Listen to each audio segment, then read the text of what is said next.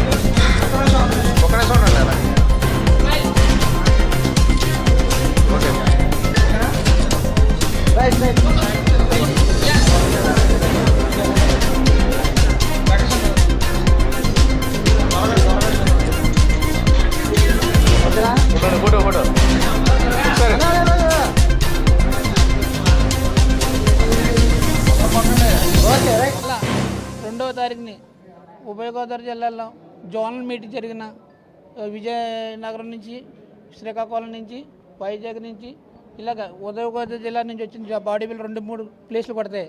అలాగే మన తూర్పుగోదావరి జిల్లా నుంచి, కాకినాడ నుంచి, మన కాకినాడ జిల్లాకు ప్రత్యేకంగా 4 ఫస్ట్ ప్లేస్లు గోల్డ్ మెడల్ వచ్చాయి, 3 థర్డ్ ప్లేస్లు వచ్చాయి, 4 బ్రాంజ్ మెడల్స్ వచ్చాయి. అది కాకుండా ఓవరాల్ టైటిల్ కూడా మన కాకినాడ జిల్లాకు వచ్చింది. లాస్ట్ మన జనవరి 12వ తారీఖు జరిగిన అమలాపురంలో కూడా ఓవరాల్ టైటిల్ మన కాకినాడకి వచ్చింది. కానీ బాడీ బిల్డర్స్ చాలా సిస్టమేటిక్గా చేస్తున్నారు.